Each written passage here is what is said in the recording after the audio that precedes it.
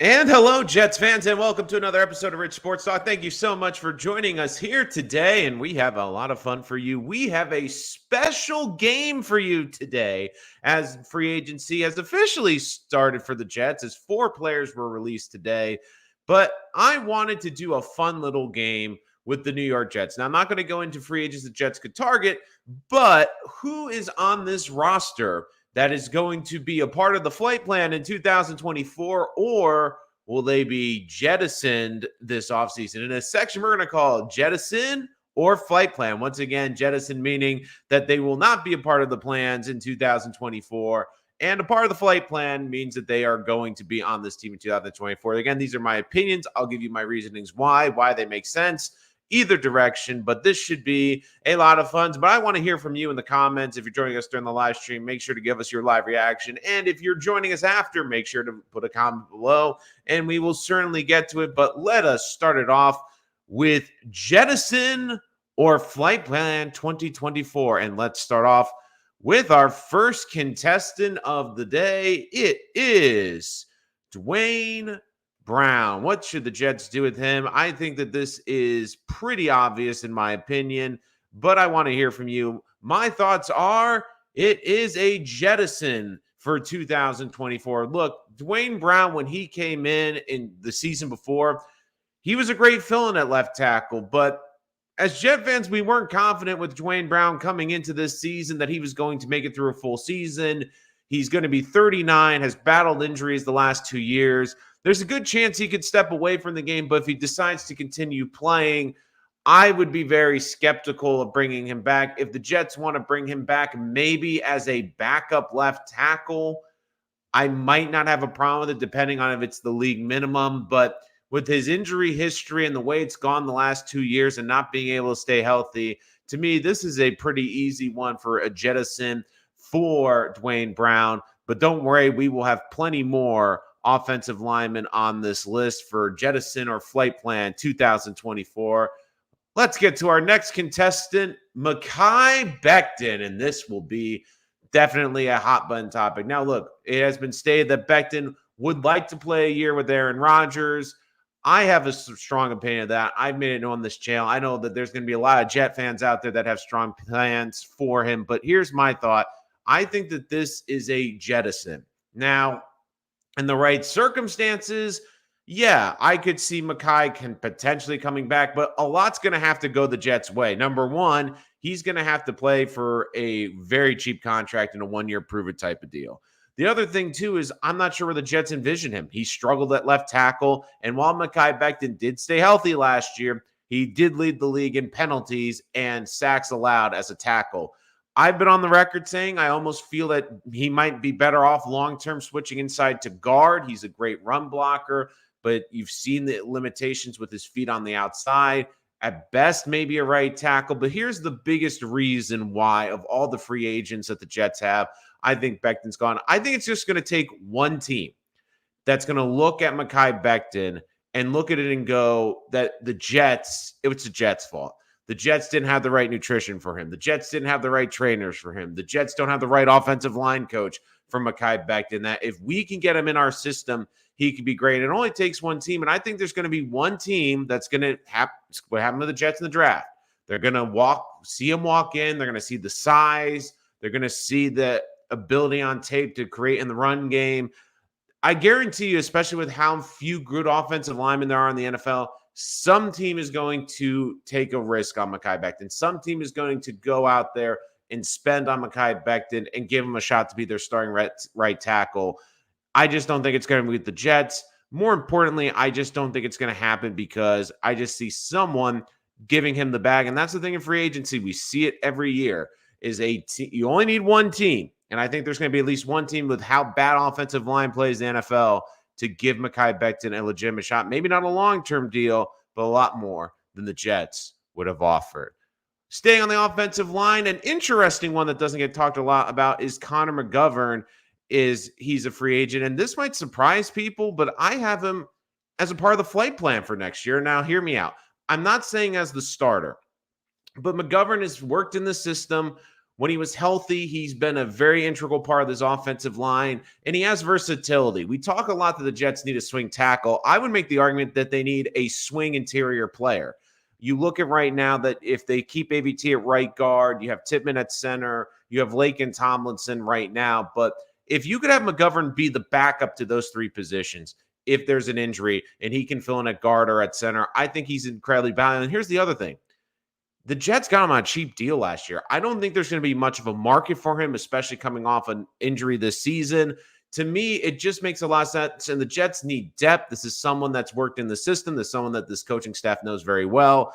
To me, it just makes sense to keep McGovern on this team. I don't think it's going to cost you a lot. And to me, he would be a very nice backup piece. I'm not saying as a starting piece. Once again, listen to me. I'm saying as a backup piece, as a rotational piece on this team, I think he'd have a lot of value. But I think that for me makes a lot of sense. You can get him for a minimum, can play center, can play the two guard spots. The Jets just need quality offensive linemen. Look, McGovern isn't going to blow people away, but he has proven that he is at least a starting caliber offensive lineman here in the NFL. Our next one is Billy Turner. Do I have to say anything? Like, do I really have to go into great detail? Look, Turner was a huge disappointment. I was actually excited about this signing last year because I really thought Turner was a starting caliber tackle, but he was horrendous this year for the Jets. And look, the Jets have a cheaper option right now in Carter Warren, a younger version, someone that maybe can even eventually be a starter. I thought Max Mitchell looked better in pass protection, and Mitchell had a struggle. And look, Mitchell wasn't good last year, but even Mitchell I thought was a better option than Turner. You saw Turner constantly getting in place last year. I think this is an easy jettison for the Jets for next year. And look, they need more professional offensive linemen and more starting caliber offensive linemen. I think Turner was one of the biggest problems with the Jets last year. Carl Lawson, this is a really interesting one because at first glance, you would immediately say that he's gone. The Jets have him healthy and active this season. He's owed $6.3 million, even though the Jets basically allowed him to free agency today. I'm going to do jettison, but with the caveat. And the caveat is if Huff leaves in free agency, and I'll get to Huff in a little bit, I don't think it would be the worst thing in the world, especially if you can get him on a veteran minimum because they're already going to pay him $6.3 million. If they can get him on the veteran minimum to come back now, I don't think Lawson's coming back. I think Lawson, it's not worked out in New York. Lawson is still young. He probably wants a one-year prove-it contract to get one more bite of the apple in free agency. He wasn't playing in New York. It's clear the Jets have bumped him down the depth chart behind Jermaine Johnson and Will McDonald. So this one is a frustrating one for Carl Lawson. I think he's gone. But again, if the Jets find themselves in a position where Huff leaves and they need some depth on the defensive line, I wouldn't hate it if they could bring him back on a league minimum. But overall, I do think we will be seeing Carl Lawson in a different uniform in 2024. Our next one up on the list is Quinton Jefferson, who had a quiet year this year, quite a good year this year. I got a little tongue-tied there. But Jefferson, 6 sacks, and you can make the case was probably Joe Douglas's best free agent signing this year. I think the Jets need him back in the biggest way. And the biggest thing, too, is the Jets, unfortunately, don't have a lot of depth in the interior of the defensive tackle position. Jefferson got a lot of playing time. I think he's a very good pass rusher. He can get after the quarterback from that interior position. Al Woods is probably going to walk away. And with this list, too, I'm doing guys that probably are going to be in the market or might have a market with another team. Al Woods, I think, is either going to come back on a league minimum or he's going to retire. That's one of the reasons he's not on this list. But I think that for Jefferson, he was a quiet playmaker on this team. And I know the defensive ends get a lot of pub. I know Quinton Williams gets a lot of pub. But Jefferson had a very nice year. Still relatively young at 30 years old, going to be 31 next year. He's someone that I really like. I don't think he's going to cost them a lot. And it continues to have that great depth on the defensive line. All right, next up is Jordan Whitehead. Now, Whitehead is a very interesting player, 27-year-old, and you could make the case with the 4 interceptions he had last year. He could have been in consideration for a Pro Bowl, maybe even as a backup. But here is the thing with him. I think that he is going to hit free agency and he is going to be jettisoned. And I do think the Jets, in a way, want to keep Jordan Whitehead. The problem is they have so many holes on the offense, they have so many other pieces and positions to address. Safety isn't their biggest need right now. And for Whitehead, I think he's going to want to hit the open market because he's coming off arguably his best season in the pro. He's 27 years old. And is there a team that's going to offer him $13-14 million to be starting safety? I could easily see that. And the other thing, too, is the Jets already have some pretty good depth at the safety position. Sorry. As they have Tony Adams, who's the undrafted free agent. We'll get to Chuck Clark and Ashton Davis in a minute, but I do think the Jets already have depth. I don't think on this defense, the safety is the most valuable position. And with so many holes to address, especially on the offensive side, to me, it just doesn't make sense to bring back Whitehead. And I also think of all the Jet players who could get a massive contract in free agency, Whitehead's probably going to be the one Jet that gets the biggest contract in free agency, just simply because of his age, the position, and there's going to be a team that really wants him out there. I really do believe that. All right, next up, Ashton Davis. Sorry, guys. I don't know what. My throat is just killing me today. I think he's got to be a part of the flight plan. Ashton Davis, it's funny. If you were to do this list before the season, I think a lot of Jet fans would say this is the last year, but Davis really emerged as a dynamic player. I still think comparing the two to Whitehead and Davis, you feel like Whitehead has reached his peak, where Davis, you're starting to see him can really develop and that there's still runway ahead of him, that he can still get better. And I do think you can get him on a more affordable deal. And selfishly, I think Joe Douglas wants to keep him here because he'll be the last man standing from the 2020 draft. So I do think he's coming back. And another big reason, too, is Chuck Clark, who I also have a part of the flight plan. Look, Chuck Clark, I know is forgotten, but he had the Ironman streak before he had the Achilles injury in camp last year in the preseason, even before training camp. Clark's still in his 20s. I think they're going to bring him back on a one-year deal. He is a great starter. I think he would fit the Whitehead role incredibly well. And when you have those three safeties between him, between Ashton Davis, and between Tony Adams, I think the Jets safeties are in a pretty good position. And I don't think it's going to cost them a lot of money. And once again, when you're budgeting this team, I think they're going to put the money in the pass rushers, maybe in corner, but they're not going to spend a ton in the safety position. It's one of those positions I think that they have confidence that they can develop and draft well there. They're going to go very cheap on that as well. So I think you're going to see both Chuck Clark and Ashton Davis as part of the flight plan in 2024. Next up, we have the special teams unit. I had to put them both here, and I think that this is a pretty obvious one. Keep them both. I mean, the Jets, we've had years of horrendous punting with Brandon Mann. Morstead, you can make a case, was almost the team's most valuable player in this entire season. And Greg Zuerlein has really stabilized the kicking position. This is obvious to me. They should be priority ads because the one thing the Jets did not have to worry about this year is special teams, where in the past the special teams has been horrendous. The Jets made a mistake years ago by not locking up special teams, letting them go to different places, and they took them years to recover. Just make it simple. Give Greg Zuerlein a contract. Give Morstead a contract. Go from there. It just don't overthink it. And then finally, the biggest one, Bryce Huff. And I've already done a full episode on this, but I do think that I have to give my opinion on this. I think he's got to be a part of the flight plan for next year, but in one of two ways. He's either got to be on this team or be tagged and traded to get pieces for this team. I've said it before on this channel. You can go check out that other video. I'm not going to go too in depth here. To me, it's very simple. You either have to pay him or you're going to have to trade him and get something of value. You can't just let him walk out the door. And Huff saying at the reports this week, he's looking for $20 million a year. I think the Jets would like to get him around 15 or 16. Can they meet in the middle? I know Cimini was talking and that there's a talk that maybe the Jets could get a deal done in the 11th hour. The biggest thing I worry about is it only takes one team. And with Huff being a 25-year-old pass rusher, it's going to be interesting. Do they view him as an ascending player that's numbers are going to go up when they're on a team that's winning and pass it and their defense has to play the pass more late in the game?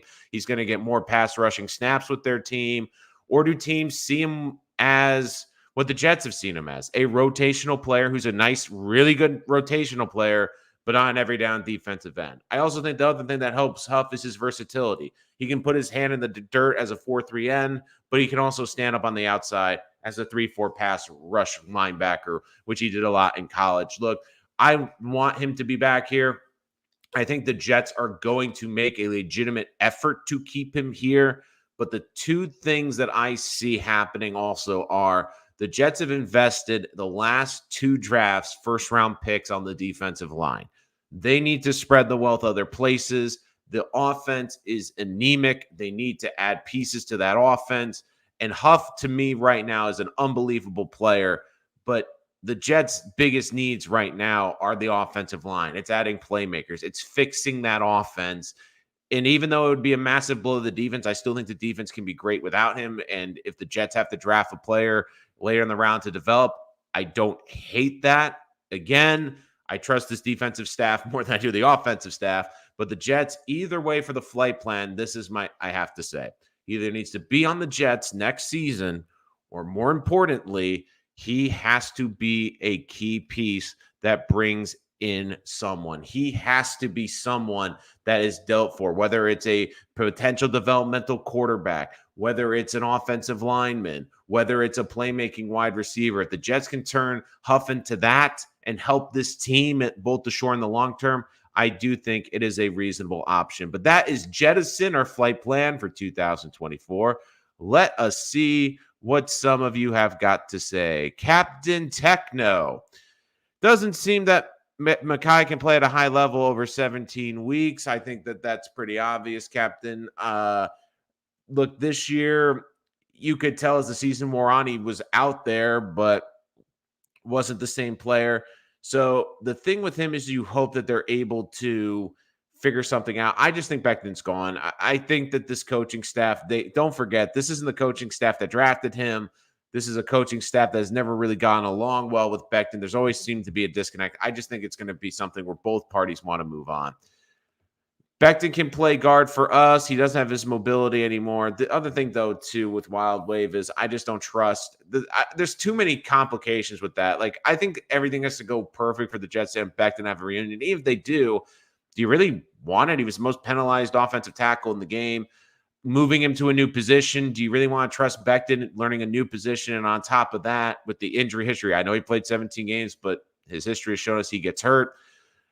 And the other thing, too, is he wants to be tackle. Like, he's even said he wanted to be a left tackle. He was pissed moving to right tackle. Can you imagine them telling him to move to guard? The thing is, I just see some team. I don't know who it is. I can just see some team out there giving Becton a contract. I mean, could a team like the Giants, who want to move Evan Neal inside, maybe they could see Becton playing the right tackle position? You know, the Bears have a ton of money. Maybe they can throw a ton of money in a one-year deal for Becton to either be a holdover to develop a tackle or to play the right tackle position because they have so much money. I mean, there's teams that's going to have a ton of money to spend. Man, there's going to be something that we could do that as well. At Tony Bro popped up in my YouTube. Okay, let's see. Davis had his best season by far. I agree, Captain Techno. He was unbelievable this year. And look, I think he's going to do a very good job. And look, I think there's a lot, again, tread on the tires. I think that there's a lot of a bright future ahead of Davis. He's a younger player. I think he's just starting to come into his own. So I think it'd be disappointing the Jets are letting him go. This is someone that's worked his way in the starting rotation. The other thing, too, is I think selfishly, Joe Douglas, wants this feather in his cap a little bit, because don't forget, his 2020 draft class is pretty much all gone, and Davis is kind of like the last survivor of that draft class. So I could see him basically trying to hold on to Davis as well to just try to make a point. Jets don't have the money for Huff. Again, they can finagle it. They can cut some players. They can renegotiate some contracts. The biggest thing is they could still do the tag. The problem with the tag is then they don't have the flexibility.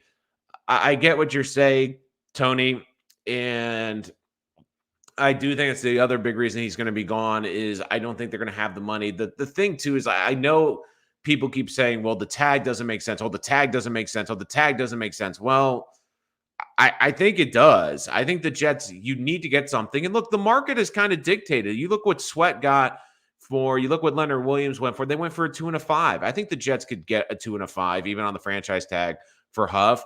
I would make the argument if I was the Jets, I'd try to be a little creative. I would try to get a first round pick for Huff, but in order to do that, maybe you have to kick in your fourth round pick. Maybe you have to kick in a 4 and a 6 to get a 1.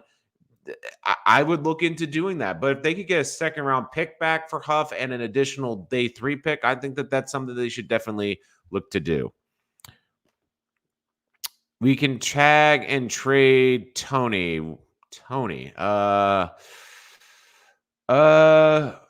me know which Tony you're referring to. But yeah, guys, if you're in the live stream, make sure to give us a comment, give us a like. If you're new to the channel, give us a subscribe as always. But again, this is a fun game. We're doing Jettison or Flight Plan for 2024. We're going to have a lot more Jets content throughout the offseason. So make sure you bash that subscribe button, give us a like, and of course, share us with your friends as well for all the latest and greatest on the New York Jets. And my biggest thing, too, is I just went through a lot of the big free agents. I think the offensive line's going to have a lot of turnover. I think Connor McGovern is someone that I would try to keep. I think he's a versatile piece. Fits a lot of needs on this team, especially as a backup player. I think Jefferson, some of the Jets do need to keep. The safety position, I think you keep 2 of the 3, and you keep the 2 of the 3 cheapest options. I think Whitehead's going to get a big contract. I mean, I think someone's going to give him 13 to 14 million a year. I really do believe that. And a lot of people say, oh, come on. I mean, he's coming off a career year. He's 27. There's going to be teams that are going to have money. The Bears have so much freaking money. Maybe they look to add him to that safety room as well. There's just going to be so many teams that I think are going to look at him as a piece, like as a final piece to do that. But I just look at this whole thing right now with the Jets. I think that the biggest thing for them right now to do is they have to prioritize the biggest needs. And unfortunately, when we go back to the Huff situation, I think Huff's the biggest need on this team, unfortunately. And it's going to be curious because this is a crucial offseason for the Jets. I'd hate to lose Huff. I think Jet fans would hate to lose Huff, especially an undrafted guy that basically you've developed into this really good double-digit sack person. And now he's just going to walk and go play for someone else. So I do think if you're the Jets, you have to be very creative. You have to figure out how to get these players to stay. But my other big thing, too, is I just would rather see the Jets somehow keep him here. I want to see the Jets do everything they can to keep him here. And if it doesn't work, then tag and trade.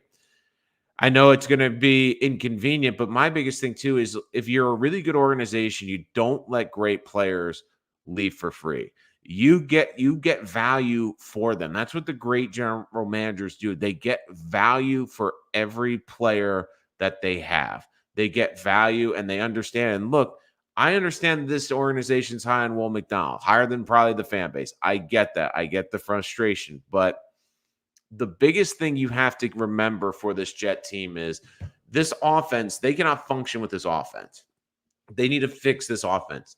Can this defense survive and still be really good without Huff? Yes. But can this offense survive if they don't fix this offensive line? No. Can they survive if they don't get another weapon in the wide receiving room? No. Can they survive if they don't get a truly great backup quarterback? I'm not just talking about an average quarterback. I'm talking about a really good backup quarterback. And if they do that, I do think they're going to be in a good position. We'll talk more about free agency as the offseason progresses. I'll be having mock drafts soon. I'm going to do a first 3-rounder. Again, for you guys new to the channel, I do mock drafts every year. I like to do basically a 3-round mock draft up until free agency. Once free agency is over, I do the full 7-round mock draft. So if you're into loving mock drafts, I talk a lot about the prospects. I just did a video about prospects. I really love the Senior Bowl. You can check that video out now. Comment on some players that you think I should be keeping an eye on as well. But I love this whole draft process. I'm going to be following it really thoroughly throughout. I mean, guys, we're Jets fans. I mean, we're pretty much conditioned ourselves at this point to make sure to stay on top of this whole offseason. But you look too, I think if the Jets can restructure a couple contracts, they could probably bring back Huff. Huff, to me, it's funny because he's going to be the most talented free agent that the Jets have. Although this is a little bit of some breaking news. Seattle Seahawks are expected to release Jamal Adams, and that's one thing I will say too is I've seen a couple people on Twitter saying bring back Jamal Adams. I would not touch Jamal Adams. I would not touch Jamal Adams with a 20-foot pole. The only way I would even briefly consider him is if they want to train him as a linebacker, because that's what he is now. He's a linebacker. He's not a safety. He can't cover. He is a liability in coverage. He's going to get attacked on by great offenses. To me right now, if Jamal Adams wants to continue playing in the NFL, he needs to transition to be a weak side linebacker, because his best part of his game is blitzing and run stopping. He's a liability as a safety. So for everyone out there saying, oh, the Jets should bring him home. No, not a chance. Wild Wave, should the Jets trade DJ Reed? I would not. He's still young. He's a great number 2 corner. And look, whatever you're getting back, I don't think it's going to be worth the value. I think this is coming from, because you're going to have to pay Sauce and Michael Carter II. If anything, I try to extend DJ Reed now just to get the cap hit figured out. And because I do think his value is going to continue to go up, I would try to actually do a contract extension with him. I think this also come off too, because I saw this dopey thing today too, where they were doing hypothetical trades. And what was it? CJ Mosley for Brandon Cooks was one of the trades that they were recommending. And look, number one, CJ Mosley is this defensive leader. I don't think they're going to get rid of him. If anything, they're going to restructure that contract. And the other thing too is, if you trade CJ, how are you replacing him with a linebacker? As good as Quincy is, I don't know if he's ready to be the head of the defense. Then you have to go find another middle linebacker. And look, Brandon Cooks is a really good receiver, but I almost feel like you could get him for a draft pick as opposed to trading for CJ Mosley. But on this team, if I had to trade anyone, the offensive side's basically forget about it. You're not going to get much value out of the safeties, none of the corners. There's nowhere I can really think that would get much value for a trade from the Jets.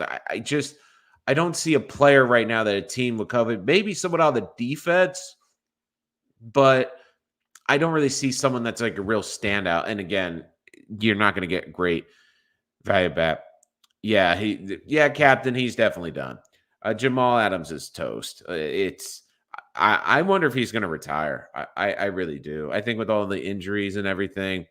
And look, I think that one of the things that has helped Joe Douglas is how good that trade has worked out for the Jets. But I think we're starting to get to the point where, but he made the Jamal Adams trade. Well, Joe Douglas made the Jamal Adams trade. Now to the point, like, okay, the Jamal Adams trade is well gone. We need to move forward. And the Jets need to have a great draft, and they have to attack free agency. But part of free agency is picking and choosing which guys to keep. The Jets have to keep their special teams intact. The Jets have to, in my opinion, keep 2 of the 3 safeties, whether it's Ashton. I don't think you let Ashton Davis, who's in his mid-20s, go. I don't think you let Chuck Clark, who's been, up until this year, a reliable safety, go. I think you look at the defensive depth. Like, there's a lot of depth pieces here. The weird one's Carl Lawson, though. And this is one thing I would want to hear from you guys, and let me know in the chat. If because the Jets are also, they're paying him $6.3 million already. So that's against the cap. But if let's play the unfortunate hypothetical, which I hate doing, but let's play the hypothetical game that Huff is gone and Huff's no longer on this team. Would you bring Carl Lawson back as basically the rotational pass rush guy? And again, he didn't have a great year last year, but if the Jets are already paying him and no one's going to give him a contract and they can get him for like a minimum contract on a 1-year deal, I wouldn't hate it just because it addresses a depth position and it's not another position you'd have to address in the draft or use a pick on. So, I mean, I'd love to hear what you guys have to say about that. I know a lot of people are saying, Carl Lawson, just go kick rocks at this point. But if they're able to bring him back on a cheap deal, especially if Huff's back, like, forget about it. If Huff's back, like, yeah, let Lawson go. But if there's a chance, I would do that. I have to figure out how the comp picks work. I know Bryce Huff would be a comp pick. Uh, I think they said the value would be third round, but again, the comp picks are for next year. Uh, Looking here at projected compensation picks. Let's see. Uh,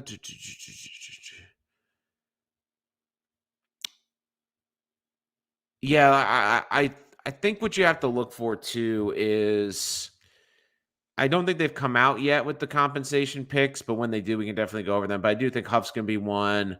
Lawson, probably not, especially because he wasn't active. Yeah, I think if Eddie, it's going to be Huff. I mean, that's going to be the only ones. But again, guys, thank you so much for joining us here today for Jettison or Flight Plan 2024. Make sure to check out the channel for more Jets content coming your way. Give us a like, give us a subscribe. And if you missed the live stream, don't worry. Make sure to leave your comments, your questions. If you have ideas that you want me to talk about for the Jets, would love to hear from them. This is a great community that we're a part of. And if you're new, please join us. Like and subscribe. We have a lot of fun stuff on the community page every single week. We're beginning doing, of course, mock drafts throughout the offseason. But thank you guys, as always, for joining us here today. We'll see you next time here on Rich Sports.